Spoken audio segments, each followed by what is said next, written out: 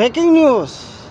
আজ ধনকুপের ইলন মাস্ককে নিয়ে কথা বলবো এবং যে ধনকুপের ইলন মাস্ক ধন দিয়ে ডোনাল্ড ট্রাম্পকে জয় করেছিল, সেই ডোনাল্ড ট্রাম্প আজ কেন ধনকুপের ইলন মাস্কের শত্রু হলো এবং সেই ধনকুপের ইলন মাস্ক বলেছেন ডোনাল্ড ট্রাম্পকে, আমি যদি ধনকুপ দিয়ে না সাহায্য করতাম তাহলে ডোনাল্ড ট্রাম্প কখনো যুক্তরাষ্ট্রর প্রেসিডেন্ট হতে পারতো না।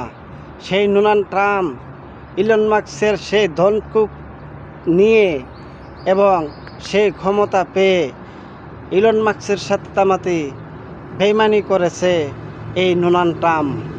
এবং ডোনাল্ড ট্রাম্পের সেই ঘোষণাতে ইসরায়েলের নেতানিয়াহু যেভাবে ফিলিস্তিনিতে গাজাতে যেভাবে হত্যাকাণ্ড ঘটাইতেছে, সেই ধনকুপের ইলন মাস্ক তত্ত্ব নিয়ে জানতে পেরেছে ডোনাল্ড ট্রাম্পের কথা মতো ইসরায়েলের নেতানিয়াহু ফিলিস্তিনিতে গাজাবাসীতে এইভাবে হত্যাকাণ্ড ঘটাইতেছে এবং ডোনাল্ড ট্রাম্প নাকি ইসরায়েলের নেতানিয়াহুকে বলে দিয়েছে ফিলিস্তিনিকে গাজাবাসীকে ধুলের সাথে মিশিয়ে দিতে।